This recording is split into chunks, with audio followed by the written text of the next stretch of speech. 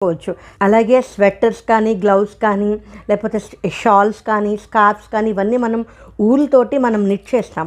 ఈ నిట్టింగ్లో కూడా ఏంటంటే డిఫరెంట్ ప్యాటర్న్స్ ఉంటాయి, కలర్ కాంబినేషన్స్ ఉంటాయి. కాబట్టి అది క్రియేటివ్ సైడ్ బయటకు తీస్తుంది.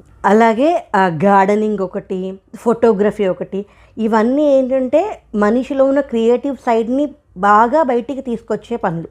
కాబట్టి మనం గర్భంతో ఉన్నప్పుడు ఈ పనులు చేయడం వల్ల బేబీ రైట్ బ్రెయిన్కి మంచిగా ఫీడ్ అందుతుంది, చాలా ఉపయోగపడుతుంది. నేను ఫోటోగ్రఫీ అంటే మామూలుగా ఫోటోలు తీసుకోవడం, తర్వాత యూట్యూబ్ వీడియోస్ తీసుకోవడం అలాగే, కానీ పని కట్టుకుని నేను ఫోటోగ్రఫీ లాగా ఏం చేయలేదు. పాటలు వినడం, నేను నేను దాని గురించి కూడా ఒక వీడియో చేస్తాను, మర్చిపోయాను. అంటే గర్భసంవర్ధిని నాదా అని ఒక మ్యూజిక్ నేను వినేదాన్ని, ప్రతిరోజు వినేదాన్ని. అది చాలా చాలా ఎనర్జెటిక్గా చాలా బాగుండేది. ఒక రకమైన మ్యూజిక్ మనం వినడము, మనం పాడుతూ